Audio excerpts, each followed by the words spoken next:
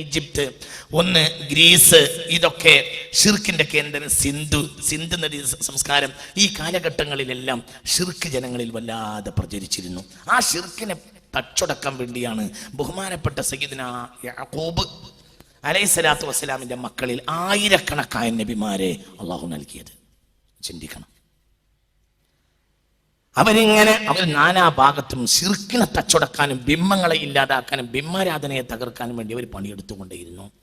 അതിൽ പിന്നെ ശേഷം ബിംബാരാധകർക്ക് ഏറ്റവും നല്ല ഒരു സഹായം കിട്ടിയത് സയ്യിദ്ന സുലൈമാൻ മരിക്കുമ്പോഴാണ് അലൈഹിസ്സലാം.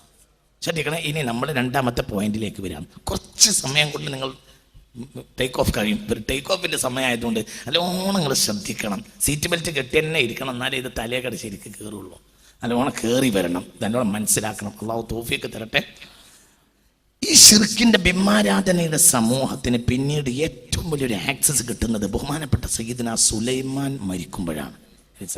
സുലൈമാൻ നബി മരിച്ചിട്ടും മരിച്ചതായി കാണിച്ചില്ല എന്നാണ് ഖുർആൻ മനസ്സിലാക്കി തരുന്നത്. എന്തുകൊണ്ട്? ഒരു കൊല്ലെങ്കിലും ഷിർക്ക് തടയട്ടെ എന്ന് വിചാരിച്ചിട്ടുണ്ടോ സയ്യിദ്ന സുലൈമാൻ അലൈഹിസ്സലാം? ഒരു മനുഷ്യന്റെ വഴികേട് ഒരു കൊല്ലത്തിനെങ്കിലും തടയട്ടെ എന്ന് വിചാരിച്ചിട്ടുണ്ടോ? മാ ദല്ലഹും അലാ മൗതിഹി ഇല്ലാ ദാബത്തുൽ അർളി തഅകുലു മിൻ സാതഹു ഫലമ്മാ ഖറ തബയ്യനത്തിൽ ജിന്നു അല്ലൗ കാനൂ യഅലമൂനൽ ഗൈബ മാ ലബിഥു ഫിൽ അദാബിൽ മുഹീൻ. ബഹുമാനപ്പെട്ട സയ്യിദ്ന സുലൈമാൻ അലൈഹിസ്സലാത്തു വസ്സലാം വരുന്ന കാലഘട്ടത്തിൽ ബാബിലോണിയ, ഈജിപ്ത്, പിന്നെ കനാൻ ദേശം, ഇവിടെ എല്ലാം ഷിർക്കും ഷിർക്കിന്റെ അനുബന്ധമായിട്ട് സിഹറും. ഷിർക്ക് ദേവീദേവന്മാർക്ക് അങ്ങോട്ട് ചെയ്തു കൊടുക്കും. അതിന് പകരമായി ദേവീദേവന്മാർ മനുഷ്യരിലെ ക്ഷുദ്രന്മാരെ ഉപയോഗപ്പെടുത്തി ആഭിചാര വിദ്യകൾ ജനങ്ങളെ പഠിപ്പിക്കുകയും ചെയ്യും. ഇത് രണ്ടും ചെയ്യുന്നുണ്ട്. ഇലാഹുകളിൽ നിന്ന് രക്ഷപ്പെടുത്താൻ വേണ്ടിയാണ് സയ്യിദ്ന മൂസാ നബി വരുന്നത്. അപ്പോൾ ഫിർഔൻ പറയുന്നുണ്ട്, ഫിർഔന് ഷിർക്കിന്റെയും ആളാണ്. ഈ ഫിർഔന് ആകെ ഒരൊറ്റ സഹായ എന്താ?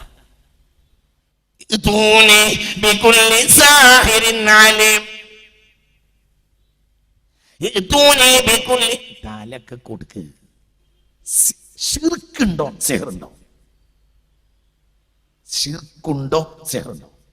ഷിർക്കിനെ തടയാൻ വന്ന സയ്യിദ്ന മൂസ അലൈഹിസ്സലാം ഷിർക്കിന്റെ ആളടുത്തേക്ക് ചെന്നു. അപ്പോൾ എന്താ അവൻ പറഞ്ഞു? എന്താ പറഞ്ഞു? ഒരുമിച്ച് കൂടിക്കൊള്ളുന്നല്ല. ഒരായത്ത്, വേറൊരായത്ത്,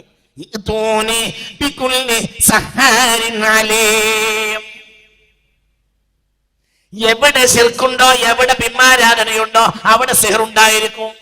ഓർപ്പിച്ചാളി. സിഹറൊക്കെ പോയി, ഇനി അതില്ല വിചാരിക്കണ്ട.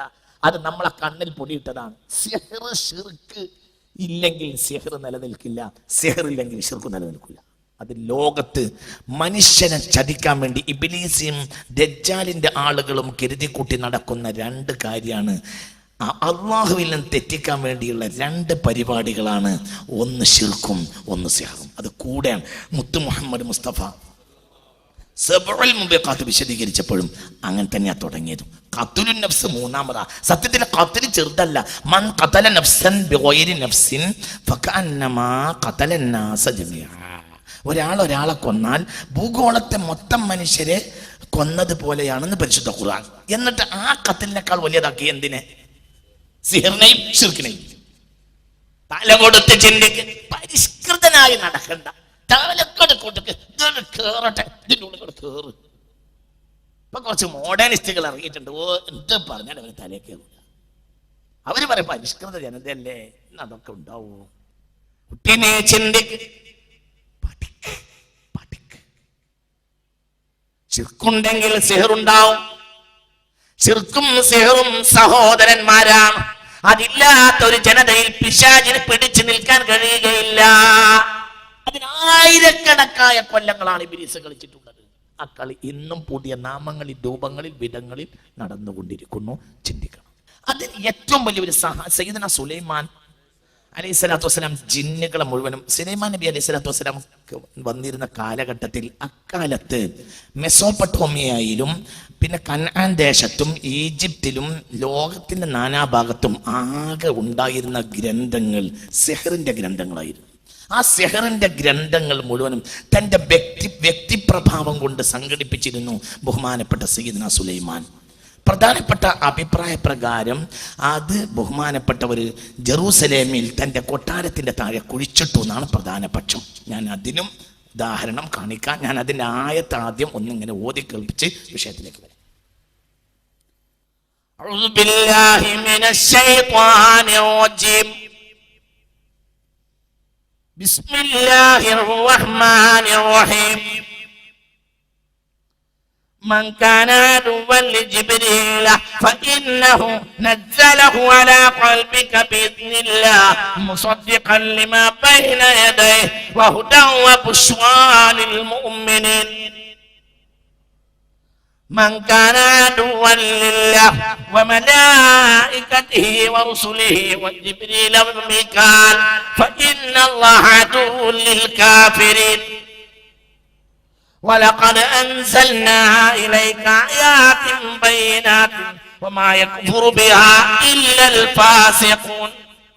وكلما عاهدوا عهدا نبذه فريق منهم بل أكثرهم لا يؤمنون. ولما جاءهم رسول من عند الله مصدق لما معهم نبذ فريق من الذين أوتوا الكتاب كتاب الله وراء ظهورهم كأنهم لا يعلمون واتبعوا ما تتلو الشياطين. ഈ ആയത്ത് തമ്മിൽ കൂട്ടി വെക്കണം. പുണ്യ മുഹമ്മദ് മുസ്തഫ സ്വല്ലല്ലാഹു അലൈഹി വസല്ലമ തങ്ങൾ വന്ന കാലത്ത് ജൂതന്മാര് അള്ളാഹുവിന്റെ റസൂൽ നേരിലേക്ക് ക്ഷണിച്ചു. റസൂലുള്ളാഹിന്റെ കൂടെ ഒരു കിതാബ് ഉണ്ടായിരുന്നു. ആ കിതാബ് അവർ എന്ത് ചെയ്തു? ആ റസൂലുള്ളാഹിന്റെ കിതാബ് അവരുടെ പുറത്തേക്ക് വലിച്ചെറിഞ്ഞു. വത്തബഉ, എന്നിട്ട് അവർ പിന്തുടർന്നത് മാ തത്ലു ശയാത്വീൻ, പിശാച് അവർക്ക് ഓതിക്കൊടുത്ത കാര്യങ്ങളുടെ മേലാണ്. തിലാവത്ത് എന്ന് പറയാ. ശ്രദ്ധിക്കണേ, ആദ്യം പറഞ്ഞു വഹ്യ് എന്ന്. ഞാൻ നേരത്തെ സൂറത്തുൽ അൻആമിന്റെ 112 ആയത്ത് ഓതിത്തന്നു.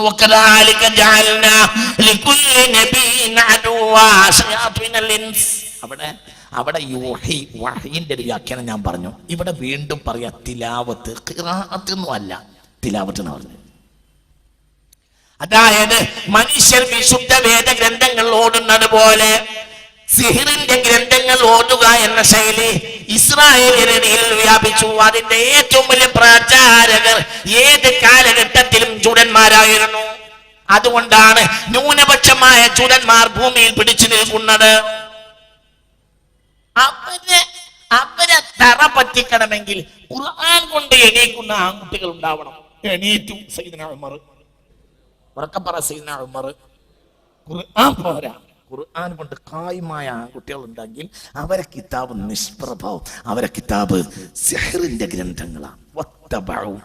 അവർ പിന്തുടർന്നു മാ തത്ലു ശയാത്വീൻ, പിശാച് ഓതിക്കൊടുത്ത കാര്യങ്ങളെ അവർ പിന്തുടർന്നു. ഇഷ്ടം പോലെ ഗ്രന്ഥങ്ങൾ ഉണ്ടായിരുന്നു. അവർ സയ്യിദ്ന സുലൈമാൻ അലൈഹിസ്സലാത്തു വസ്സലാമിന്റെ മരണത്തിന് ശേഷം അവര് ബഹുമാനപ്പെട്ട മുഖദ്ദസ് പള്ളിയെ തകർക്കുകയും അവര് സയ്യിദ്ന സുലൈമാൻ അലൈഹിസ്സലാത്തു വസ്സലാമിന്റെ സിംഹാസനം നിന്നിരുന്ന ഭാഗം അവർ കുഴിച്ചു പരിശോധിച്ചു. അവർ അത് ധാരാളം ഗ്രന്ഥങ്ങൾ കിട്ടിയെന്നാണ് ചരിത്രം. ഞാൻ പറഞ്ഞാൽ പിന്നെ അത് വിഷയാവണ്ടെന്ന് വിചാരിച്ച് ഞാൻ KV സ്ഥാനത്തിന് തിരിക്കാം. ശ്രദ്ധിക്കണേ, തങ്ങൾ പിന്തുടരേണ്ടതായിരുന്ന വേദഗ്രന്ഥങ്ങളെ പുറന്തള്ളുക മാത്രമല്ല, ഒരിക്കലും പിന്തുടരാൻ പാടില്ലാത്ത ആഭിചാര വൃത്തിയെയും മാരണസൂത്രത്തെയും യഹൂദികൾ പിന്തുടരുകയും ചെയ്തു. സുലൈമാൻ നബി വലിയ മാരണസൂത്രജ്ഞാനിയായിരുന്നുവെന്നും അദ്ദേഹം മാരണം ചെയ്തുകൊണ്ടായിരുന്നു മനുഷ്യരും ജിന്നുകളും പക്ഷികളും മറ്റും പിശാചിന് കീഴടങ്ങിയിരുന്നും മറ്റുമുള്ള ചില കഥകൾ ജിന്നുകളിലും മനുഷ്യരിലും പെട്ട പിശാചുകൾ പ്രചരിപ്പിച്ചിരുന്നു. ഈ കള്ളക്കഥകൾ യഹൂദികൾ വിശ്വസിക്കുകയും അങ്ങനെ അവർ മാരണം പഠിക്കുകയും പഠിപ്പിക്കുകയും അത് പ്രവർത്തിക്കുകയും ചെയ്തു വന്നു. ശ്രദ്ധിക്കുക, ഈ വ്യാജോക്തികളെല്ലാം ആളുകൾ ഗ്രന്ഥങ്ങളിൽ എഴുതി വെക്കുകയും ജിന്നുകൾ അദൃശ്യകാര്യങ്ങൾ അറിയുമെന്ന് ഇമാം പിശാചുക്കൾ വാനലോകത്ത് കയറി പോവുകയും അവിടങ്ങളിലേക്ക് മലക്കളുടെ സംസാരം ശ്രമിക്കുകയും ചെയ്യും. ഭൂമിയിൽ നടക്കാൻ പോകുന്ന മരണം, മഴ, മറ്റു കാര്യങ്ങൾ തുടവ ഇപ്രകാരം കേൾക്കുമായിരുന്നു. എന്നിട്ട് അത് ജ്യോത്സ്യന്മാർക്ക് പറഞ്ഞു കൊടുക്കും. ഈ വ്യാജോക്തികളെല്ലാം ആളുകൾ ഗ്രന്ഥത്തിൽ എഴുതി വെക്കുകയും ജിന്നുകൾ അദൃശ്യ കാര്യങ്ങൾ അറിയുമെന്ന് ഇസ്രായേലിൽ പ്രസിദ്ധമായി തീരുകയും ഉണ്ടായി. ഈ സാഹചര്യത്തിൽ സുലൈമാൻ നബി അലൈഹി സ്വലാം ആളുകളെ നിയോഗിച്ച് അത്തരം ഗ്രന്ഥങ്ങൾ മുഴുവനും ശേഖരിക്കുകയും അവ പെട്ടിയിലാക്കി തന്റെ സിംഹാസനത്തിന് ചുവട്ടിൽ കുഴിച്ചു മൂടുകയും ചെയ്തു. പിശാചുക്കൾക്കാകട്ടെ സുലൈമാൻ നബിയുടെ സിംഹാസനത്തിലേക്ക് അടുക്കാൻ പോലും കഴിയുമായിരുന്നില്ല. അതിനെ സമീപിച്ചാൽ അവർ കരിഞ്ഞ് ഭസ്മമായി പോകും. മാത്രമല്ല പിശാചുക്കൾ അദൃശ്യ കാര്യങ്ങൾ അറിയുമെന്ന് ആരെങ്കിലും പറയുന്നതായി കേട്ടാൽ ഞാൻ അവനെ ഗളച്ഛേദം ചെയ്യുമെന്ന് സയ്യിദ് സുലൈമാൻ അലൈഹി സ്വലാം വിളംബരം ചെയ്തു. അങ്ങനെ സുലൈമാൻ നബി വഫാത്താവുകയും അദ്ദേഹത്തിന്റെ കാര്യങ്ങൾ അറിയുന്ന ആളുകൾ പോയി കഴിയുകയും ചെയ്തപ്പോൾ ശ്രദ്ധിക്കുക, പിശാച് വേഷപ്രച്ഛന്നനായി മനുഷ്യരൂപത്തിൽ ഏതാനും ഇസ്രായേലിനെ സമീപിച്ച് ചോദിച്ചു, ഒരു കാലത്തും തീർന്നു പോകാത്ത ഒരു നിക്ഷേപം നിങ്ങൾക്ക് ഞാൻ അറിയിച്ചു തരട്ടെയോ? ഒരു കാലത്തും തീർന്നു പോകാത്ത നിക്ഷേപം എന്നാ പറഞ്ഞു. അതെ എന്നവർ പറഞ്ഞപ്പോൾ സുലൈമാൻ നബിയുടെ സിംഹാസനത്തിന് ചുവട്ടിൽ കിളക്കാൻ പിശാച് അവർക്ക് ഉപദേശിച്ചു. അങ്ങനെ അവർ ആ ഗ്രന്ഥങ്ങളൊക്കെ കണ്ടെടുത്തപ്പോൾ പിശാച് പറഞ്ഞു, സുലൈമാൻ നബി മനുഷ്യരെയും പിശാചുക്കളെയും പക്ഷികളെയും ഒക്കെ അടക്കി ഭരിച്ചിരുത് ഈ സിഹർ കൊണ്ടായിരുന്നു. ഇത്രയും പറഞ്ഞ് അവൻ അപ്രത്യക്ഷനായി. ഇതോടെ സുലൈമാൻ നബി ആഭിചാരനായിരുന്നു എന്ന് ജനമധ്യെ പ്രചരിച്ചു. ഇസ്രായേലികൾ ആ ഗ്രന്ഥങ്ങൾ കൈകാര്യം ചെയ്തു. മുഹമ്മദ് നബി സല്ലല്ലാഹു അലൈഹി വസല്ലം വന്നപ്പോൾ അവ കൊണ്ട് അവർ നബിയോട് കുതർക്കങ്ങൾ നടത്തി. ശ്രദ്ധിക്കാം, AD 7-ാം നൂറ്റാണ്ടിലാണ് മുസ്തഫ നബി വരുന്നത്. BC 923 സുലൈമാൻ നബി വഫാത്താകുന്നത്. BC 923 സയ്യിദ്നാ സുലൈമാൻ വഫാത്താവുന്നത്. BC 923. AD 7-ാം നൂറ്റാണ്ടിന്റെ തുടക്കത്തിലാണ് മുസ്തഫ നബി വരുന്നത്. അപ്പോൾ ചുരുങ്ങിയത് അവരും അക്കാലത്തെ ജൂതന്മാരും സുലൈമാൻ നബിയും തമ്മിൽ 1600-ലേറെ കൊല്ലത്തിന്റെ വ്യത്യാസമുണ്ട്. നമ്മളും നബിയുള്ളതിനേക്കാൾ വ്യത്യാസമുണ്ട്. എന്നിട്ട് അവർ നബിയോട് തർക്കിക്കാൻ വന്നത് സിഹറിന്റെ ഗ്രന്ഥങ്ങൾ കൊണ്ടാണ്. ഈ ഗ്രന്ഥത്തിൽ വിശദീകരിച്ചിട്ടുണ്ട്. നമ്മൾ ചിന്തിക്കണം, അത് ഇന്നും അവരെ കയ്യിലുണ്ട്. അല്ലെങ്കിൽ എങ്ങനെ ഒരു ദൂതന്മാര് ലോകത്തെ അടക്കി ഭരിക്കുന്നത്? വളരെ ചിന്തിക്കണം. സാഹിര്യങ്ങളായ ജൂതന്മാർ വളരെ ശ്രദ്ധിക്കണം. അതിന് പിശാചിനെ ഒരു പകരമായി ശിർക്ക് ചെയ്തു കൊടുത്തു. ചിന്തിക്കണം. ഇന്ന് ഇസ്രായേലിന്റെ പേര് the holy land of sun worships എന്നാണ്. അതായത് സൂര്യാരാധകരുടെ സ്വന്തം നാട് എന്നാണ് ഇന്ന് ഇസ്രായേലിന്റെ പേര്. അതെങ്ങനെയാ സൂര്യാരാധന അവരിൽ വരുന്നു? ചിന്തിക്ക്.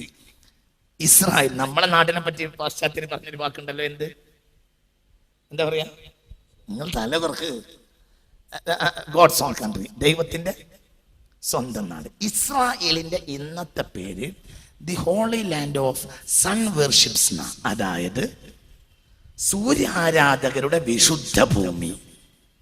ഇതാണ് ഇന്നത്തെ ഇസ്രായേൽ. യഹൂദികളെ പഠിപ്പിച്ചു, സുലൈമാൻ ലോകം അടക്കി ഭരിക്കാനും സമ്പത്ത് കൂടാനും കാരണം സിഹറാണ്. അതിന്റെ ഗ്രന്ഥങ്ങൾ കണ്ടെടുത്തു കൊടുത്തു. ഖുർആൻ പറഞ്ഞിട്ടുണ്ട്, നോണാന്ന് പറയാൻ പറ്റില്ല. നസ്സുൽ ഖുർആൻ നിശ്ചയിച്ചവന്റെ പേര് കാഫിറാണ്.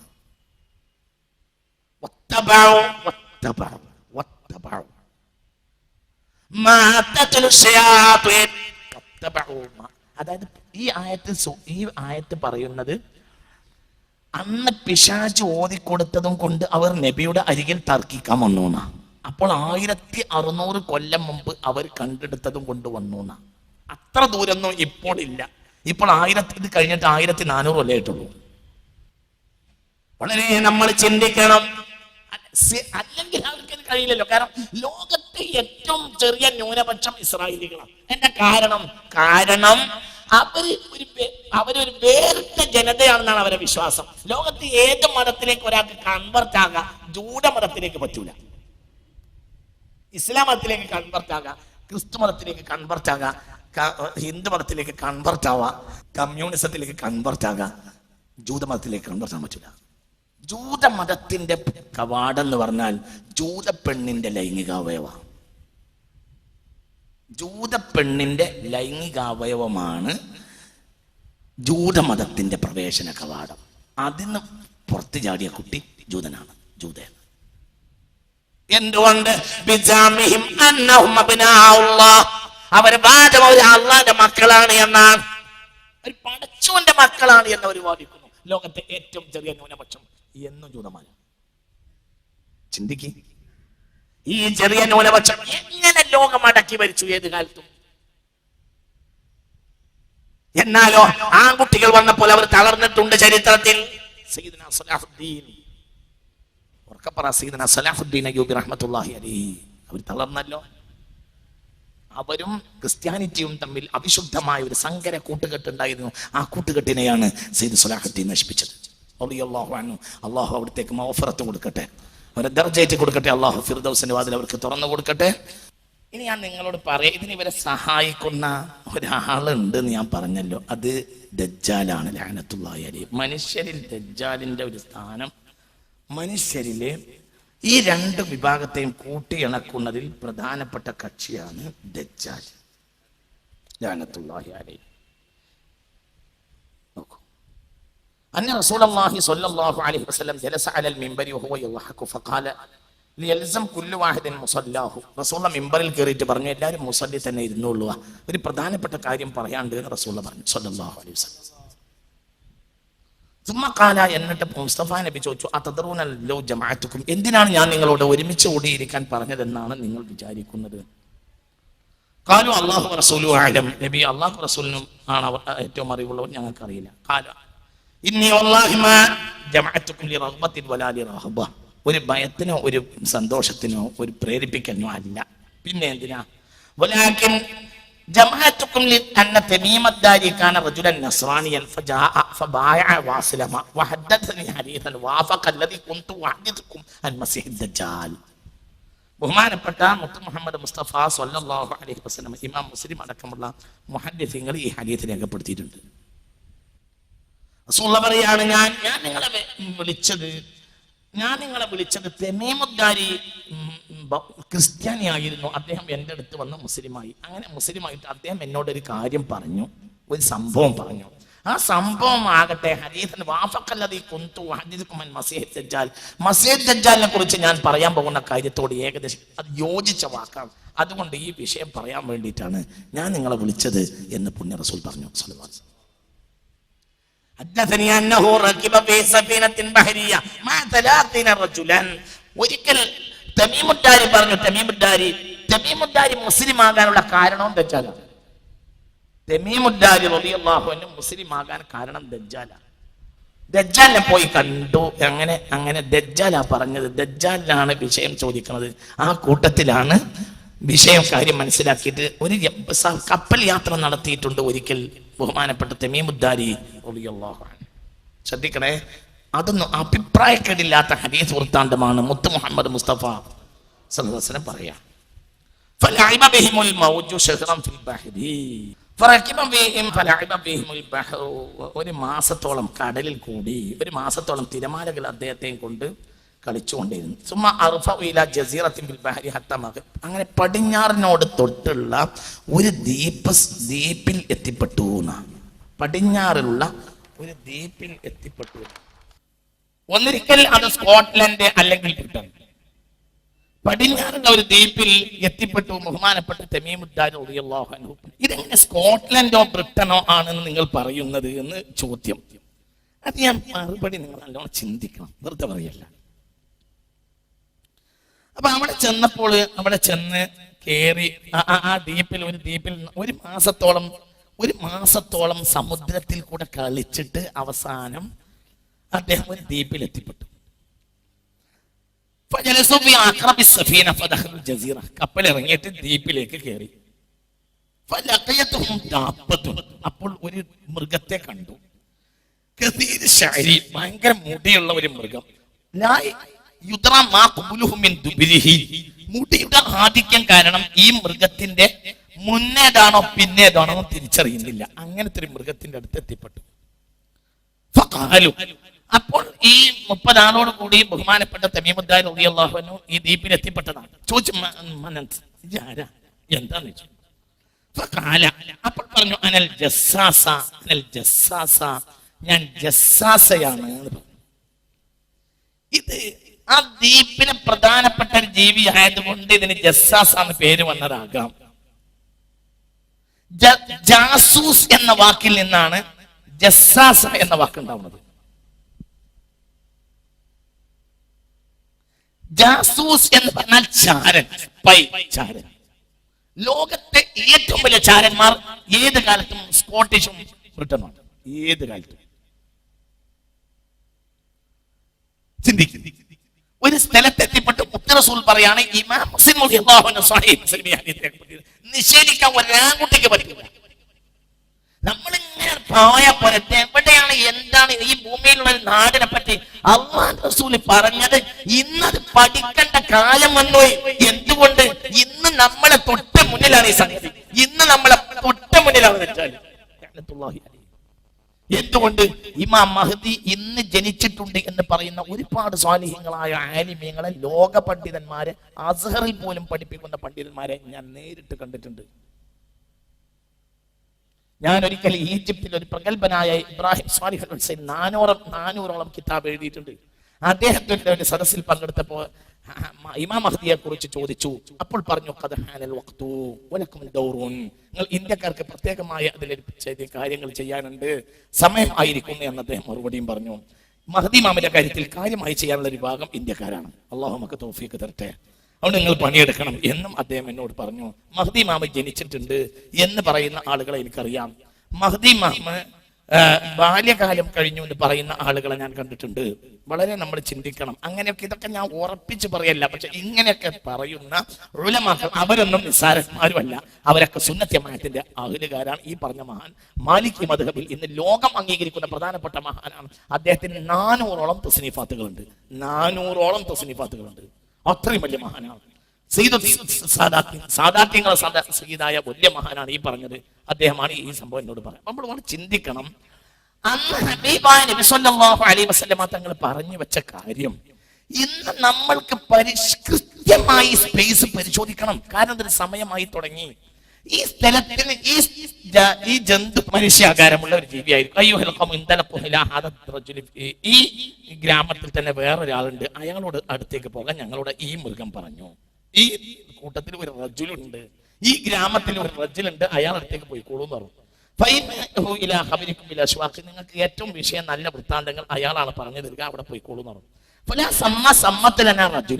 ഞങ്ങൾക്ക് ആളെ പറ്റി പറഞ്ഞു തന്നപ്പോൾ ഞങ്ങൾ അവിടുന്ന് വേഗം പോന്നു. അതുപോലെ ഷെയ്ത്താനാണോ എന്ന് ഞങ്ങൾക്ക് തോന്നി. പിന്നെ അവന്റെ അടുത്ത് നിന്നില്ല, ഞങ്ങൾ അവിടുന്ന് വേഗം പോന്നു. ഞങ്ങൾ പെട്ടെന്ന് പോയി. അങ്ങനെ ഗ്രാമത്തിലെ ഒരു ഏരിയയിൽ പ്രവേശിച്ചപ്പോൾ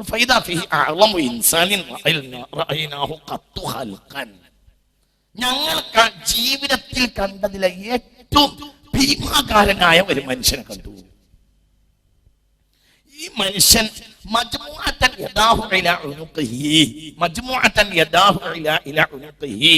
രണ്ട് കൈയും പെരടിയിലേക്ക്, ഈ മനുഷ്യന്റെ പെരടിയിലേക്ക് കെട്ടിയിട്ടുണ്ട്.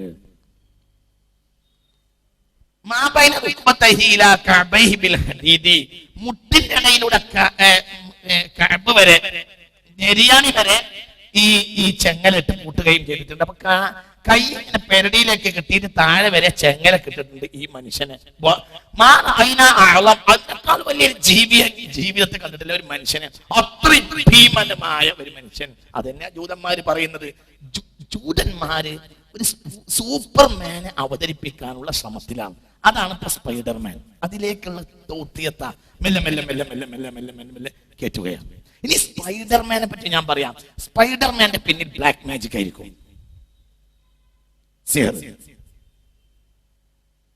മനസ്സിലായില്ല? 150 അല്ല, 1800 മേലക്കും കയറും. പിന്നിൽ താങ്ങാൻ, നേരെ മൂട്ടിൽ താങ്ങാൻ ആളുണ്ടാവും. ആര്? കുട്ടിച്ചാത്തി. പിന്നെ ഇവര് പേടിക്കേണ്ട ആവശ്യമല്ല. അവരുടെ സെഹറിന്റെ ഏറ്റവും പുതിയ ഒരു ഉൽപ്പന്നമായിരിക്കും സ്പൈഡർമാൻ. അപ്പൊ സ്പൈഡർമാൻ എന്തേ ചെയ്യുന്നുണ്ടാവുള്ളൂ? സ്പൈഡർമാൻ അവന്റെ കയ്യിൽ അങ്ങനെയാണല്ലോ. ഉമ്മ ചെറിയ കുട്ടിയെ ഉമ്മ അങ്ങനെ ഒരു മരത്തിലേക്ക് ഇങ്ങനെ താങ്ങി കൊടുത്ത് ഇങ്ങനെ കയറ്റുകയാണെങ്കിൽ കുട്ടി താങ്ങുന്ന കൈ ആള് കാണുന്നില്ല എങ്കിൽ പിന്നെ കുട്ടി എന്തേ ജനങ്ങൾ എന്താ കാണാ? കുട്ടി ഒറ്റക്ക് മരത്തമ്മ കയറുന്നതാ ജനങ്ങൾ കാണാം. സത്യത്തിൽ കുട്ടി കയറുന്നില്ല, വല്യമ്മ താങ്ങിയതാ. വല്യമ്മന്റെ കൈ ആരും കാണില്ല. 180 അല്ല 1800 മേലെ കയറി. അപ്പൊ ഇനി അതിൽ നിന്ന് ഇങ്ങനെ അതൊരു പുതിയ അവർക്കറിയാം. സയ്യിദുൽ യഹൂദ് എന്നല്ലേ ഹബീബായ നബി പറഞ്ഞത്? എന്നല്ല, എന്താ പറഞ്ഞത്? ഇദാ ഖറജ, അവൻ പുറപ്പെട്ടാൽ യത്തബിഉഹു 70000 മിൻ അശ്റാഫിൽ യഹൂദ് എന്ന് ഹബീബായ നബി. ദജ്ജാൽ പുറത്തു വന്നാൽ 70,000 പ്രഗൽഭ ജൂതന്മാർ പിന്നാലെ നടക്കും. ദജ്ജാൽ പുറത്തു വന്നാൽ യത്തബിഉ 70,000 മിൻ അശ്റാഫിൽ യഹൂദന ഹബീബായ നബി മുഹമ്മദ് മുസ്തഫ പ്രഗൽഭരായ 70,000 ജൂതന്മാർ അവന്റെ പിന്നാലെ നടക്കുമെന്ന് പുണ്യ മുഹമ്മദ് മുസ്തഫ സ്വല്ലല്ലാഹു അലൈഹി വസല്ലം. അങ്ങനെ ഞങ്ങള് ഇവനെ കണ്ടു. ഇങ്ങനത്തെ ചെങ്ങലക്കിട്ട ഒരാളെ കണ്ടു. സ്കോട്ട്ലൻഡ് ആയിരിക്കാം, അല്ലെങ്കിൽ ലണ്ടൻ ആയിരിക്കാം. സാധനം എപ്പോഴും അവിടെ ഉണ്ടാവും. നീ അവിടുന്ന് മാറ്റുമോ അല്ലാഹു അഅലം. പക്ഷെ ഉണ്ട്, അവർക്ക് നല്ല വിവരമുണ്ട്. മനസ് ആരാടോ നീന്ന് ഞങ്ങൾ ചെന്ന ഉടനെ ഇവനോട് ചോദിച്ചു. അപ്പോൾ അവൻ ഞങ്ങളോട് ചോദിച്ചു, ഫഅഖ്ബിറുനി മാൻതും, നിങ്ങൾ ആരാന്ന് പറഞ്ഞേരി, പിന്നെ ഞാൻ ആരാന്ന് പറഞ്ഞുതരാം. അപ്പോൾ ഞങ്ങൾ പറഞ്ഞു, നഹ്നു ഉനാസും മിനൽ അറബി റകിബനാ ഫീ സഫീനത്തിൽ ബഹരിയ ഫസ്വാദഫന البحر حين اغتلم فلعب بنا الموج شهرا ثم أرفعنا عن جزيرتك هذه فجلسنا في أقربها فدخلنا الجزيرة فلقيتنا دابة أغلب كثير الشعر لا يدرى من قبله من دبره من كثرة الشعر. قلنا ويلك ما أنت؟ قال أنا الجساسة. قلنا وما الجساسة؟ قال تعمدوا إلى هذا الرجل في الدين فإنه إلى خبركم بالأسواق فأقبلنا إليك سراعا وفزعنا منها. ഞങ്ങൾ യാത്ര വന്നതാ. അങ്ങനെ യാത്ര വന്നപ്പോൾ അറബികൾ പൊതുവെ സമുദ്രയാത്ര പ്രിയരാണല്ലോ. അങ്ങനെ യാത്ര വന്ന് ഞങ്ങള് സമുദ്രത്തിൽ ഒരു മാസം തിരമാലകൾക്കിടയിൽപ്പെട്ട് എവിടെയൊക്കെ എത്തിപ്പെട്ടു പോയി. അങ്ങനെയാണ് ഞങ്ങൾ ഈ ദ്വീപിൽ ഞങ്ങൾ എത്തിപ്പെട്ടത്. അങ്ങനെ ഈ ദ്വീപിൽ എത്തിപ്പെട്ട ഒരാളെ കണ്ടപ്പോൾ, ഒരു മൃഗത്തെ കണ്ടപ്പോൾ ഞങ്ങള് കാര്യങ്ങൾ അന്വേഷിച്ചു. അപ്പോൾ പറഞ്ഞു, ഒന്നുകൂടെ നല്ലത് ഇവിടെ ഒരാളുണ്ട്, ഒരു വ്യക്തിയുണ്ട്, ഇന്ന സ്ഥലത്ത് പോയാൽ കാണാം, ആ ആളെ പോയി ചോദിച്ചോളൂ, കാര്യങ്ങളൊക്കെ അയാൾ പറയും എന്ന് പറഞ്ഞിട്ട് ഞങ്ങൾ നേരെ നിന്നെ കാണാൻ വന്നതാണ്, നീ ആരാന്ന് ചോദിച്ചു. കാല. അപ്പോൾ കാല അയാൾ പറഞ്ഞു, അഖ്ബിറുനി അൻ നഖ്ലി ബൈസാൻ, ബൈസാൻ പ്രദേശത്തെ ഈത്തപ്പന തോട്ടത്തെ പറ്റി ഒന്ന് പറഞ്ഞു തരീന്ന് പറഞ്ഞു. ഞങ്ങൾ പറഞ്ഞു, എന്താ നീ ചോദിക്കുന്നത്? അപ്പോൾ ചോദിച്ചു, കാല ബൈസാൻ പ്രദേശത്തെ, അറബ് നാട്ടിലെ ഒരു ഏരിയയാണത്, ബൈസാൻ പ്രദേശത്തെ ഈത്തപ്പനകളൊക്കെ ഇപ്പൊ കൊലക്കാറുണ്ടോന്ന് അവനെ ഞങ്ങളോട് ചോദിച്ചു. അതെ. കാല. അപ്പോൾ അയാൾ പറഞ്ഞു, ഇമ്മാനഹു യൂഷിക്കു അല്ലാ തുസ്മിറ, ഇനി ഒരു കാലത്ത് അത് ഫലം കായ്ക്കൂല, അങ്ങനെ ഒരു കാലം വരാൻ പോകുന്നുണ്ട് എന്ന് പറഞ്ഞു. തടാകത്തെ പറ്റി ശ്രദ്ധിക്കണേ. തൊബിരിയ തടാകത്തെ പറ്റി ഈ വ്യക്തി ഞങ്ങളോട് ചോദിച്ചു. ഇവൻ ആരാന്ന് അപ്പോഴും പറഞ്ഞിട്ടില്ല. ഞങ്ങൾ പറഞ്ഞു, തൊബിരിയ തടാകത്തിലെ എന്നെ പറ്റിയാണ് നീ ചോദിക്കുന്നത്. കാല. അവൻ പറഞ്ഞു, അതെ, അതിൽ വെള്ളം ഉണ്ടെന്ന് വെച്ചു. ഞങ്ങൾ പറഞ്ഞു, തൊബിരിയ തടാകത്തിൽ ഇസ്രായേലിന് തൊട്ടടുത്തുള്ള ഒരു തടാകമാണ് തൊബിരിയ തടാകം.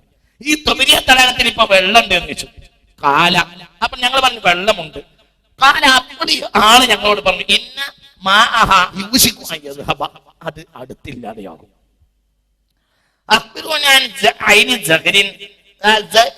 തടാകത്തെ പറ്റി, ഉറവയെ പറ്റിയും ഞങ്ങളോട് ചോദിച്ചു.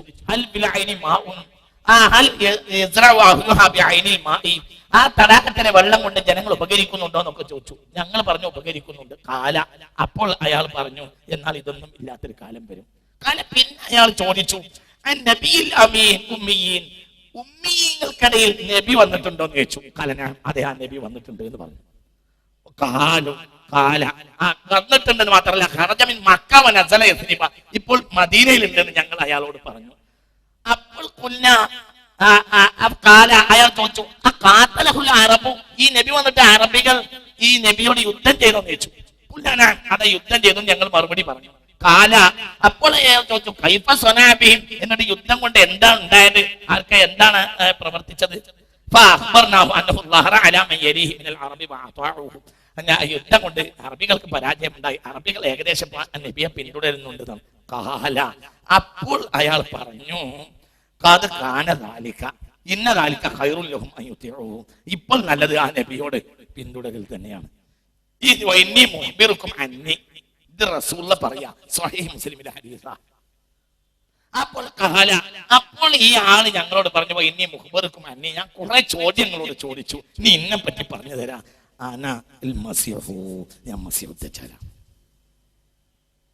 ഞാൻ മസീഹു ദജ്ജാലാണ്. ആള് സ്കോട്ട്ലൻഡ് ഉണ്ടാവും, അല്ലെങ്കിൽ ബ്രിട്ടനിൽ ഉണ്ടാവും. നീ അമേരിക്കയെ കൊണ്ടുപോയോ കടത്തി കൊണ്ടുപോയോ ഒന്നും അറിയൂല. അമേരിക്കയിലേക്ക് പല സാധനങ്ങൾ കടത്തിക്കൊണ്ടുപോയിട്ടുണ്ട്.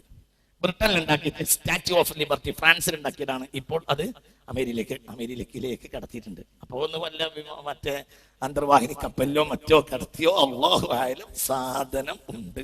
ചെങ്ങല കിട്ടിട്ടുണ്ട് എന്നേ പറഞ്ഞിട്ടുള്ളൂ, കുറ്റിയടിച്ച് കെട്ടിട്ടിട്ടൊന്നും പറഞ്ഞിട്ടില്ല. ചെങ്ങല കിട്ടിയെന്നേ പറഞ്ഞിട്ടുള്ളൂ. അപ്പൊ അവർക്ക് സൗകര്യത്തിനനുസരിച്ച് ഏരിയ 51 എന്നൊരു സ്ഥലം അമേരിക്കയിലുണ്ട്. അമേരിക്കക്കാർ ശ്രദ്ധിക്കണേ, ഏരിയ 51 എന്നൊരു ഭാഗം അമേരിക്കയിലുണ്ട്. അമേരിക്ക UN നിന്ന് സമ്മതം വാങ്ങിയതാണ്. ഒരു സാറ്റലൈറ്റും ഇതിന്റെ ഫോട്ടോ എടുക്കാൻ പാടില്ല. ലോകത്ത് ഏതിന്റെ ഫോട്ടോ അമേരിക്ക എടുക്കും. എന്നാൽ അമേരിക്കയിൽ ഏരിയ 51 ഫോട്ടോ ലോകത്താർക്കും എടുക്കാൻ പാടില്ല. എന്തേ? നിങ്ങൾ ഇവിടെ ഇല്ല, നിങ്ങൾക്ക് പറഞ്ഞത് മനസ്സിലായില്ല. ഏരിയ 51 എന്നൊരു ഭാഗം അമേരിക്കയിലുണ്ട്. അതിന്റെ ചിത്രം ലോകത്ത് പുറത്തു വരാൻ പാടില്ല. UN അവർ അനുമതി വാങ്ങിയതാണ്. അതിന്റെ അവിടെ എന്താ നടക്കുന്നത് അമേരിക്കൻ അഷ്റാഫുൽ യഹൂദനല്ലാതെ അറിയില്ല. അതെന്താ അങ്ങനെ? നമ്മളെ പുരയില ഉള്ളിലുള്ളത് വരെ ഇപ്പോൾ നെറ്റ് അടിച്ചാൽ കിട്ടും.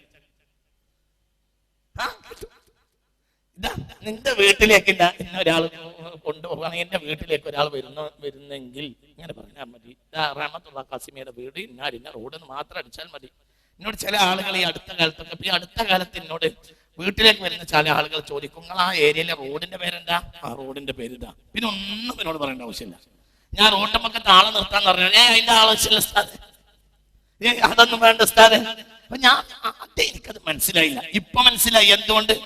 നേരെ ഡ്രൈവിംഗ് സീറ്റിന്റെ തൊട്ട് മുന്നിൽ പ്രോഗ്രാം വെച്ച സാധനം ഉണ്ട്. അതിന് ഇന്നാലിന്റെ റോഡ് വേരിയാന്ന് അടിച്ചു കൊടുത്താൽ മതി. നേരെ ഇങ്ങനെ പറയും, അല്ലെങ്കിൽ 30 വലത്തോട്ട് വലത്തോട്ട് പോകണം നിർത്തത്, ഇടത്തോട്ട് തെറ്റിയാൽ പിന്നെ അടുത്ത വലത്തോട്ട് പിന്നെയും പറയും. ഇങ്ങനെ ലോകത്തെ സൂക്ഷ്മമായി ലോകം മുഴുവനും സാറ്റലൈറ്റിൽ കിട്ടുമ്പോൾ അമേരിക്കയിൽ ഏരിയ 51 എന്നൊരു ഭാഗമുണ്ട്. അത് ലോകത്തൊരാൾക്ക് ഫോട്ടോ എടുക്കാൻ പാടില്ല, സാറ്റലൈറ്റ് അതിനെ പകർത്താനും പാടില്ല. അമേരിക്ക സമ്പൂർണ്ണമായി അത് തടഞ്ഞിരിക്കുകയാണ്. എന്താ കാരണം? അവിടെ സ്കോട്ട്ലൻഡിൽ നിന്ന് അങ്ങോട്ട് ദജ്ജാലിനെ കൊണ്ടുപോയി എന്ന് എനിക്ക് അഭിപ്രായമില്ല, കൊണ്ടുപോയിട്ടില്ല എന്നും അഭിപ്രായമില്ല. പക്ഷെ പല സാധനങ്ങളും അമേരിക്കയിൽ നിന്ന് അമേരിക്കയിലേക്ക് കൊണ്ടുപോയിട്ടുണ്ട്. അമേരിക്ക തന്നെ ഇല്ലല്ലോ, അമേരിക്ക തന്നെ ഇല്ല. ക്രിസ്റ്റഫർ കൊളംബസ് എന്ത് ചെയ്തതാണ്? കൊളംബസോട് കൂടെ യൂറോപ്യൻ വെള്ള മേധാവിത്വത്തെ പറിച്ചു നട്ടതാണ്. അപ്പോൾ ഒരു ആധുനിക യൂറോപ്പാണ് അമേരിക്ക. പല സാധനം ഇവിടെ ഉണ്ടാക്കിയിട്ട് അങ്ങോട്ട് കൊണ്ടുപോയതാണ്. ഏതായാലും അനൽ മസിഹു, ഞാൻ മസിഹു ദജ്ജാലാണ് എന്ന് അയാൾ ഞങ്ങളോട് പറഞ്ഞു. പിന്നെ അയാൾ പറഞ്ഞു എനിക്ക് ഏകദേശം സമ്മതം കിട്ടാനായിട്ടുണ്ട്. അങ്ങനെ ഞാൻ ഭൂമിയിലാകെ സഞ്ചരിക്കും. ഒരു ഗ്രാമവും ഞാൻ വിടൂല, അവിടെ ഞാൻ ഇറങ്ങിയിട്ടല്ലാതെ. മക്കയും മദീനയും അല്ലാത്ത എല്ലാ നാടുകളിലും ഞാൻ ഇറങ്ങും. എല്ലാ നാടുകളിലും ഞാൻ ഇറങ്ങുകയും അവിടെ മുഴുവനും ഞാൻ കുഴപ്പമുണ്ടാക്കുകയും ചെയ്യുമെന്ന് പറഞ്ഞു. മക്കയും മദീനയും മാത്രം എനിക്ക് ഹറാമാണ്, അതല്ലാത്ത എല്ലാ നാടും ഞാൻ ചുറ്റി സഞ്ചരിക്കും. ആ നാടുകളെ മുഴുവനും യമീനൻ വശിമാല. ഹബീബായ റസൂലുള്ളാഹി പറഞ്ഞു, കിഴക്കും പടിഞ്ഞാറും മുഴുവനും ഈ തമ്മാടി അക്രമവും തമ്മാടിത്തരവും നടക്കുമെന്ന് പുണ്യ മുഹമ്മദ് മുസ്തഫ സ്വല്ലല്ലാഹു അലൈഹി വസല്ലം. അപ്പൊ നമ്മളിവിടെ വളരെ ചിന്തിക്കണം. ഇതിന് വ്യക്തമായ വിവരം അവർക്കുണ്ട്. അല്ലെങ്കിൽ എങ്ങനെയാ ഒരാൾ വരുമ്പോഴത്തിന് പിന്നാലെ കൂടുന്നു, അവന്റെ പിന്നാലെ എന്ന് പുണ്യ മുഹമ്മദ് മുസ്തഫ സ്വല്ലല്ലാഹു അലൈഹി വസല്ലം. മിൻ അഷ്റാഫിൽ യഹൂദ്, യഹൂദികളിൽ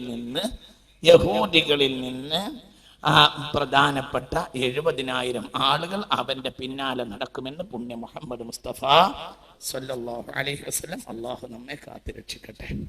അശ്ഹദു അല്ലാ ഇലാഹ ഇല്ലല്ലാഹ് അസ്തഗ്ഫിറുല്ലാഹ്.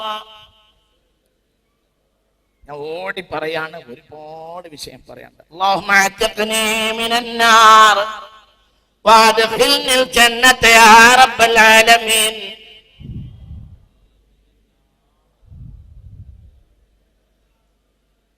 اللهم اعتقني من النار وادخلني الجنة يا رب العالمين.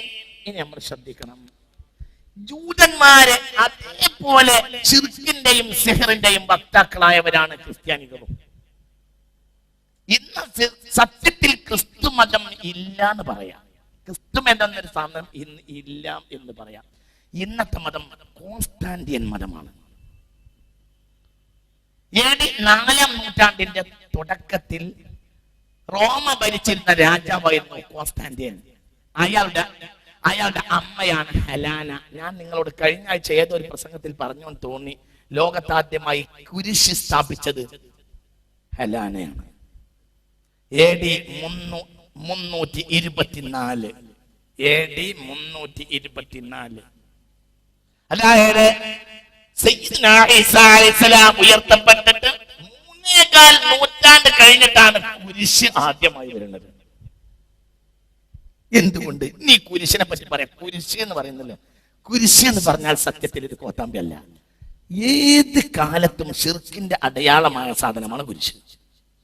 നല്ല ഫോമിലിരിക്കണം, അപ്പോഴേ ഞാൻ പറയുള്ളൂ. നമ്മൾ ഗണപതി, ശിവന്, ബ്രഹ്മാവ് എന്നൊക്കെ പറഞ്ഞാല് നമ്മൾ വിചാരിക്കും അതൊരു പൗരാണിക ഷിർക്കായിരിക്കും. കുരിശ് ഇപ്പൊ അടുത്ത് തുടങ്ങിയതാണ്. ആദ്യമ ഷിർക്കിന്റെ രൂപമാണ് കുരിശ്. എന്ത് പിലാത്തോസ് കുരിശ് തന്നെ തറച്ച് കൊല്ലാൻ കൽപ്പിച്ചത്? തിരിഞ്ഞിട്ടില്ല. നിങ്ങളിവിടെ ഉണ്ടാ? നിങ്ങൾ ഇവിടെ ഉണ്ടോ? നിങ്ങൾ സ്ഥലത്തുണ്ടാ? നിങ്ങൾക്ക് പറഞ്ഞത് മനസ്സിലായില്ലേ?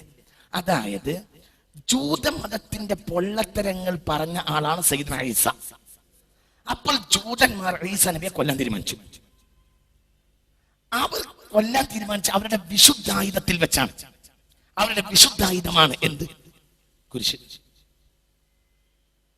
ചിന്തിക്ക്, ക്രിസ്ത്യാനികൾക്ക് മാത്രം കുരിശ് ഇന്നൊന്നരം തുടങ്ങിയതല്ല. വെട്ടികളായി പോയി ക്രിസ്ത്യാനിറ്റി. വല്ലാത്ത കുട്ടിത്തം കുടുങ്ങിപ്പോയി. വളരെ ചിന്തിക്കണം. കുരിശില്ലാത്തൊരു കാലമില്ല.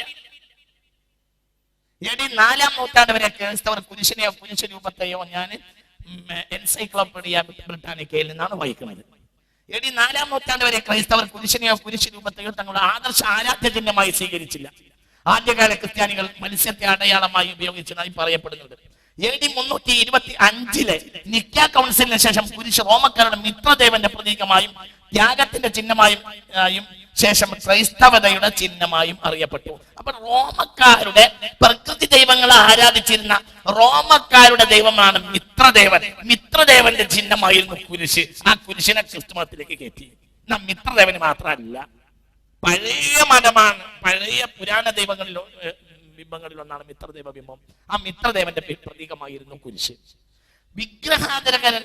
ആരാധകരായ മിത്രാസ് മതക്കാരെ പ്രേരിപ്പിച്ചും തങ്ങളുടെ ആശയാധികാരങ്ങൾ റോമിന്റെ മണ്ണിൽ നിലനിർത്താനും വിജാതീയരുടെ ആദർശങ്ങളെ കൊണ്ടും കൊടുത്തും തങ്ങളുടെ നിലനിൽപ്പ് ലക്ഷ്യം വെച്ച് ക്രൈസ്തവർ മുന്നോട്ട് നീങ്ങി.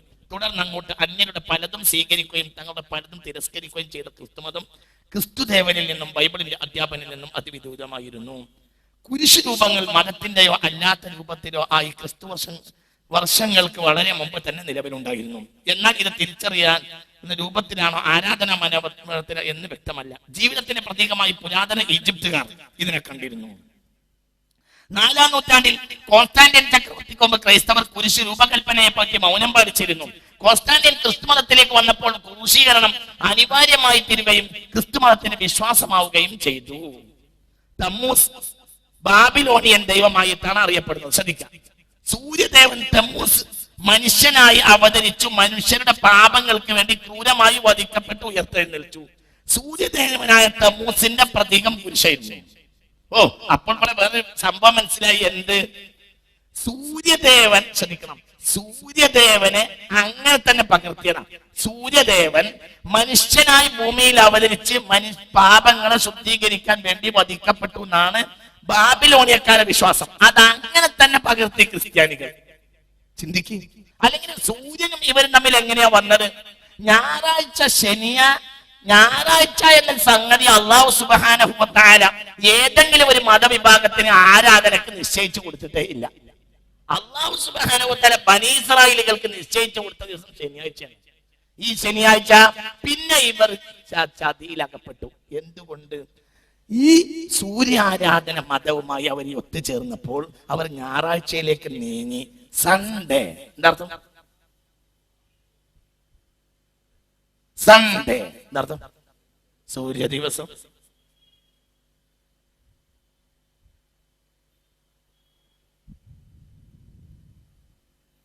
അങ്ങനത്തെയാണ് പകർത്തി.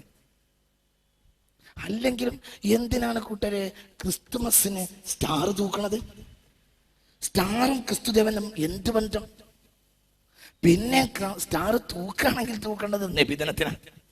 നിങ്ങൾ തൂക്കാൻ വേണ്ടി പറയല്ലേട്ടാ, നീ പുതിയൊരു ഒപ്പുണ്ടാക്കല്ല. ഒമാ അർസൽനാക്കയില്ല റഹ്മത്തുൽ ആലമീന. ലോകത്തെ മുഴുവനും ഗോളങ്ങൾക്കും നക്ഷത്രങ്ങൾക്കും എല്ലാവർക്കും നബിയാണ് ആര്? റസൂലുള്ളാഹിക്ക് വരെ സ്റ്റാർ ഇല്ല. അതൊക്കെ പറഞ്ഞത് മനസ്സിലായില്ല. ഇതിനെങ്ങനെ വന്നു? സൂര്യാരാധനയുടെ ഭാഗം, സൂര്യാരാധന എന്ന ശിർക്ക് അങ്ങനെ തന്നെ ശൈത്താന്റെ ചതിയിൽപ്പെട്ടിട്ട് ക്രിസ്ത്യാനികൾ കുടുങ്ങി.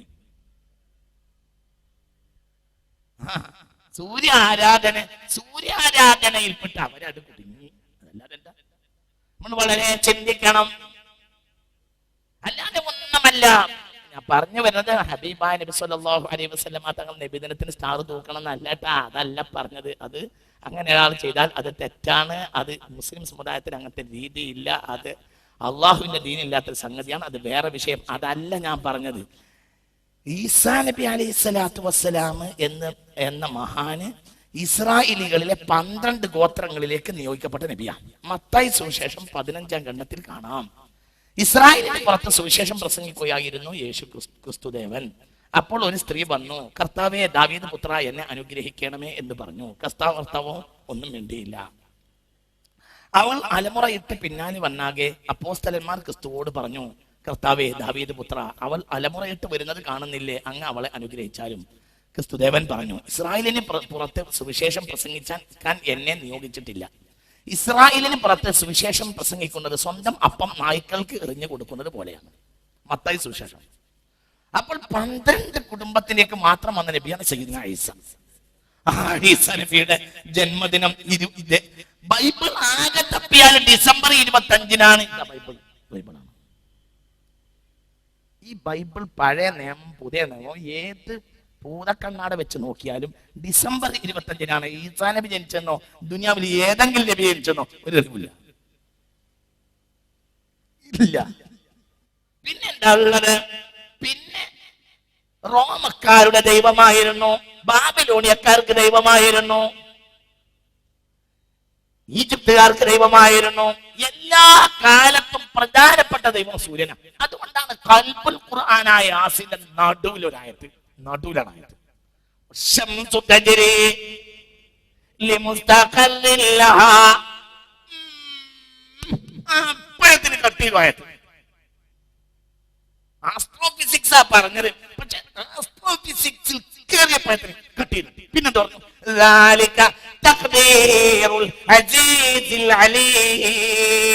സൂര്യന് ഈ ചലനത്തിൽ ഒരു ദഖലും ഇല്ല.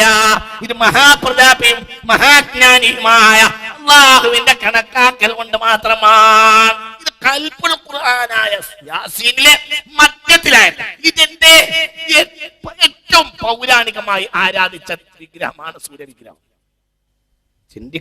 വളരെ ചിന്തിക്കണം. മനുഷ്യൻ ചിന്തിക്കണം, വളരെ ചിന്തിക്കണം. ത്രിമൂർത്തി, പിതാവ്,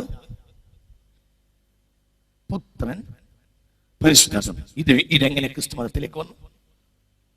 ത്രിമൂർത്തികളില്ലാത്ത ഒരു ശിർക്കും കഴിഞ്ഞു പോയിട്ടില്ല. എല്ലാ ശിർക്കിലും ഉണ്ട്. ബ്രഹ്മാവ്, വിഷ്ണു, ശിവൻ. ത്രിമൂർത്തികളെ ഏത് ശിർക്കിന്റെ ആധാരം ത്രിമൂർത്തികളാണ്. അങ്ങനെയാ കഥകളിക്ക് നിൽക്കുന്ന പെണ്ണിന്റെ കളിയുടെ രൂപം എങ്ങനെയാ? ഇങ്ങനെയാ കഥകളി തുടങ്ങുന്ന എങ്ങനെയാ? കഥകളി തുടങ്ങുന്നപ്പോ കഥകളിക്ക് അല്ലെങ്കിൽ അത്തരം ഒരു നാട്യകല ചെയ്യുന്ന പെണ്ണ് ആദ്യം കൈ പിടിക്കുക എങ്ങനെയാ?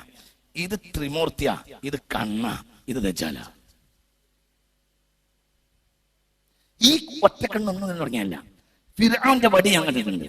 ഫിർഔന്റെ വടി ഞാൻ കണ്ടിട്ടുണ്ട് പലവട്ടങ്ങളുണ്ട്. 6 or 7 തവണ അള്ളാന്റെ സഹായത്താൽ ഞാൻ മിസ്രിൽ പോയിട്ടുണ്ട്. അരിച്ച് പെറുക്കിയിട്ട് ഫിർഔന്റെ മ്യൂസിയം കണ്ടിട്ടുണ്ട്. ഫിർഔന് ഓരോ കാലത്തെ ഫിർഔന്റെയും വടിമേലുള്ളത് ഒറ്റക്കണ്ണാണ്. അതെങ്ങനെ ഫിർഔൻ കിട്ടി? നിങ്ങൾക്ക് മനസ്സിലായില്ല. ഒറ്റക്കണ്ണ് ഹബീബായ റസൂലുള്ളാഹി ഒറ്റക്കണ്ണനാണ് പറഞ്ഞ ഉടനെ റസൂലുള്ളാഹി പറഞ്ഞു, ഇന്നല്ലാഹ ലൈസ ബിഅഅ്വറ, അല്ലാഹു ഒറ്റക്കണ്ണനല്ല. അതെന്താ അവിടെ പറഞ്ഞു?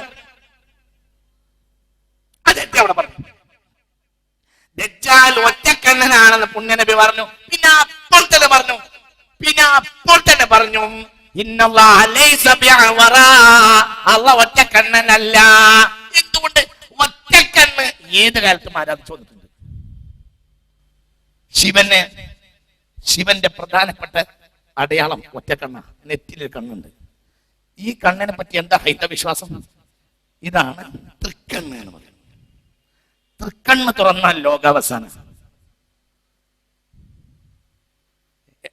ഒറ്റക്കണ്ണ് തുറന്നാൽ ലോകാവസാനം. ഒറ്റക്കണ്ണ് അതൊരു സൂചനയാണ്. നിങ്ങൾ ഇവിടെ ഇല്ല. ഒറ്റക്കണ്ണനാരാ?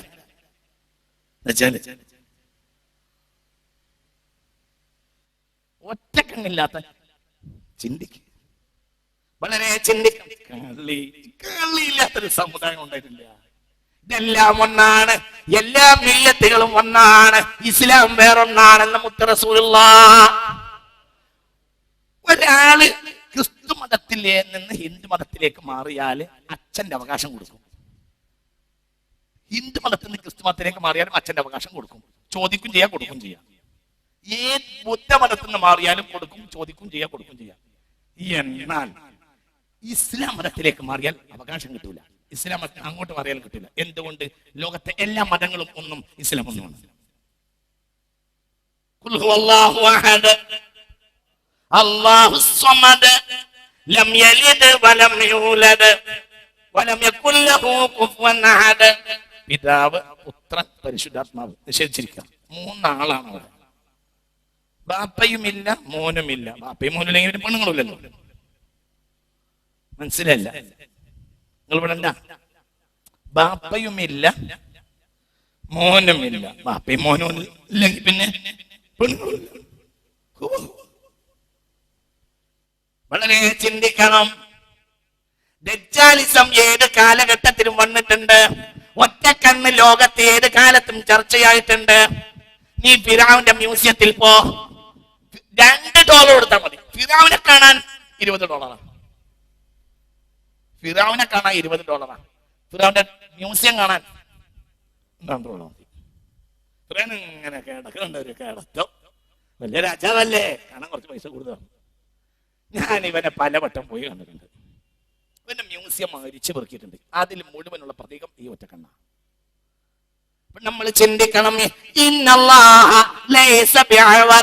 അപ്പൊ പുരാതന ഈജിപ്തുകാർക്ക് ഒറ്റക്കണ്ണിനെ പറ്റി ധാരണയുണ്ട്. സൈന്ധവ നാഗരികതയിൽ ഒറ്റക്കണ്ണിനെ പറ്റി ധാരണയുണ്ട്. ക്രിസ്ത്യാനികൾക്ക് ഇപ്പോൾ ഒറ്റക്കണ്ണിനെ പറ്റി ധാരണയുണ്ട്. എന്നല്ല, ജൂത ക്രൈസ്തവ സങ്കര സമൂഹം അടുത്ത കാലത്ത് പുറത്തിറങ്ങുന്ന ഏകദേശ കലാരൂപങ്ങളിലെല്ലാം ഈസാ നബിയുടെ പിലാത്തോസിന്റെ പട്ടാളക്കാര് ഈസാ നബിയുടെ വലത്തെ കണ്ണ് അടിച്ചു പൊട്ടിച്ചു എന്ന് സ്ഥാപിച്ചിട്ടുണ്ട്. ഇത് പുതിയൊരു സംഗതി. പഴയ കാലത്ത് ഈസാ നബിക്ക് 2 കണ്ണുണ്ട്. ഇപ്പോൾ പുതിയ വരുന്ന സിനിമകളിലും മറ്റും അമേരിക്കയിൽ നിന്നും മറ്റുമൊക്കെ പുറത്തിറങ്ങുന്ന സിനിമകളിൽ പിലാത്തോസിന്റെ കൂട്ടര് ജൂതമലയിലേക്ക് കൊണ്ടുപോകുന്ന സമയത്ത് ഈസാ നബിയുടെ വലത്തെ കണ്ണ് ഓടിച്ച് അത് പൊട്ടിക്കണം. എന്തുകൊണ്ട്? മസീഹു ദജ്ജാൽ മഅനാഹു കദ്ദാബ്, യാനി മസീഹുൽ ബാതിൽ.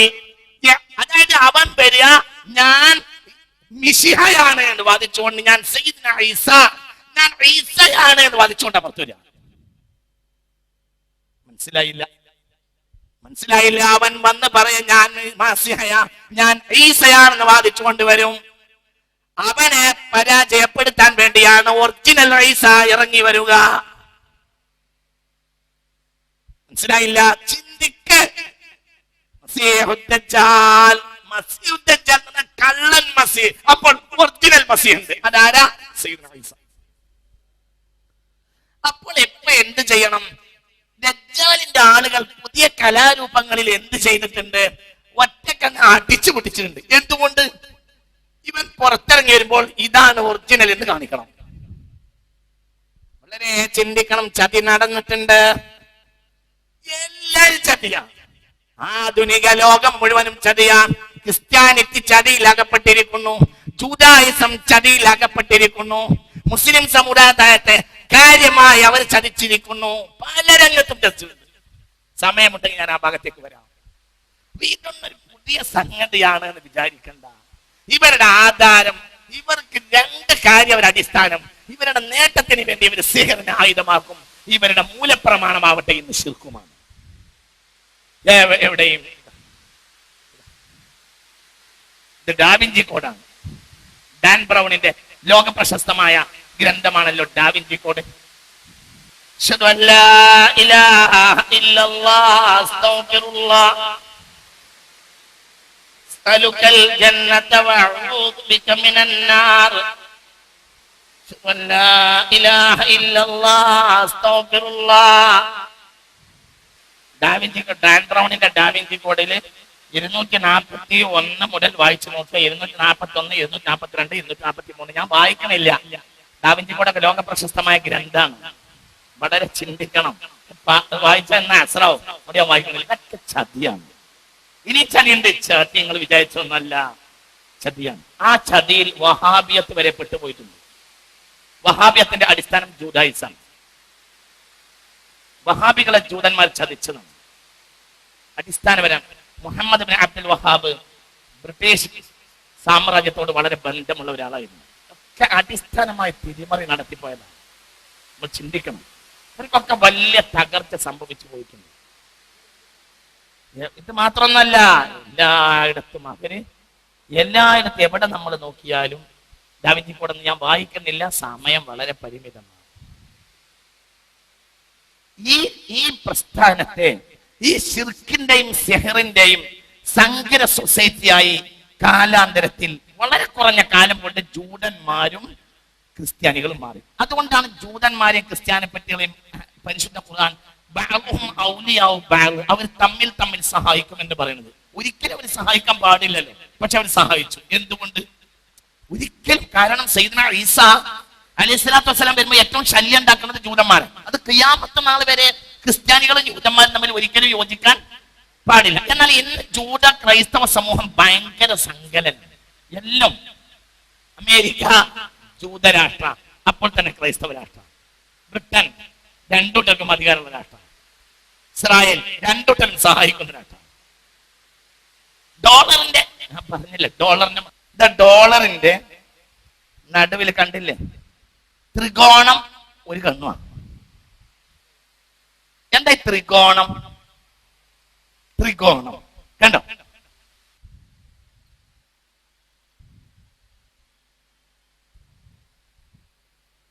ഇതാണ് ഇസ്രായേൽ പതാകയുടെ ചിഹ്നം. മനസ്സിലായില്ല? രണ്ട് ത്രികോണം, ത്രിമൂർത്തി.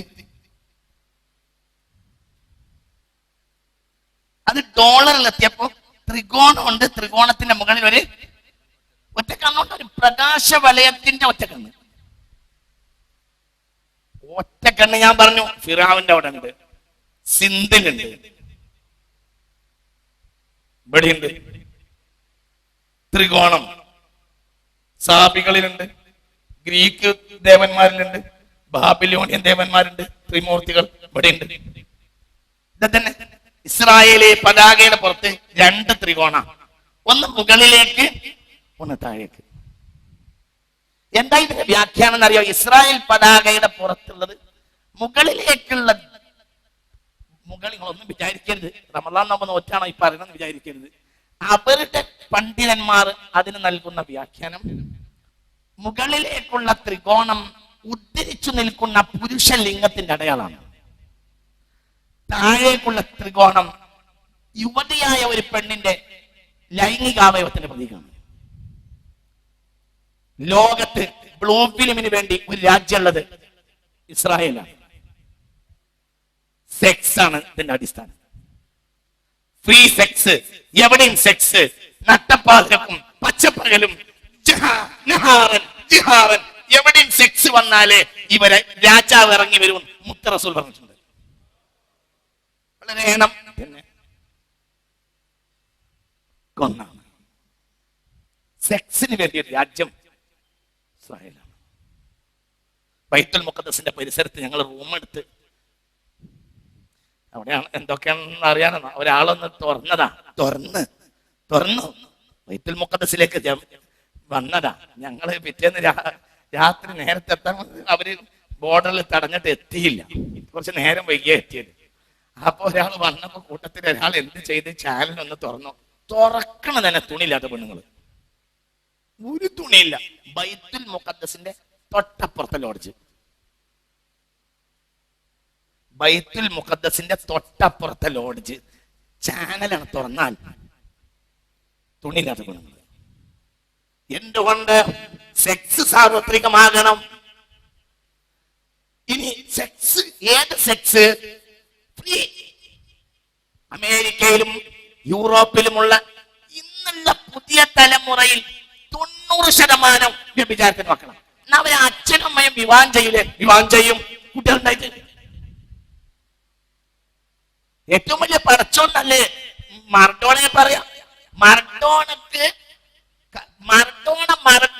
പെണ്ണുങ്ങളെ കല്യാണം കഴിക്കുന്ന സമയത്ത് മറഡോണയുടെ കുട്ടിക്ക് 3 വയസ്സാണ്. കല്യാണത്തിന് വന്നവർക്ക് വെള്ളം കൊടുത്ത കുട്ടിയാ. പുറത്തു പറയണ്ട. ഗോഡ പടച്ചോന.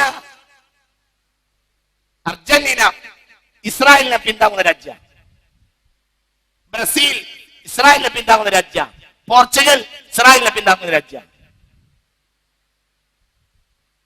ഈ ഇസ്രായേലി ക്രൈസ്തവ ചതിയുടെ ആ രൂപത്തിന് 2 സംഘടനകൾ ലോകത്തുണ്ടായിട്ടുണ്ട്.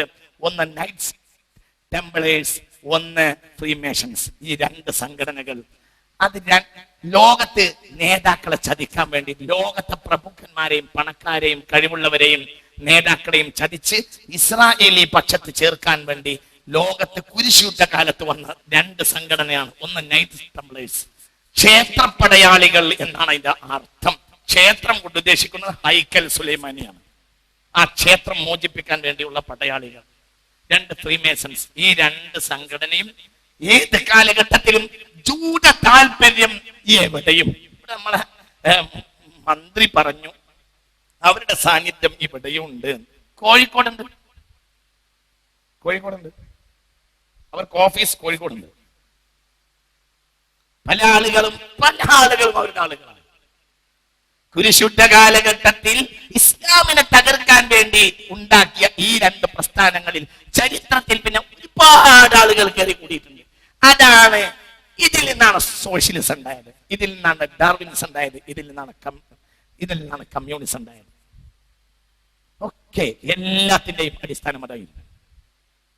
വളരെ ചിന്തിക്കണം. ചരിത്രം പഠിച്ചാൽ ഞെട്ടിച്ചു പോകും.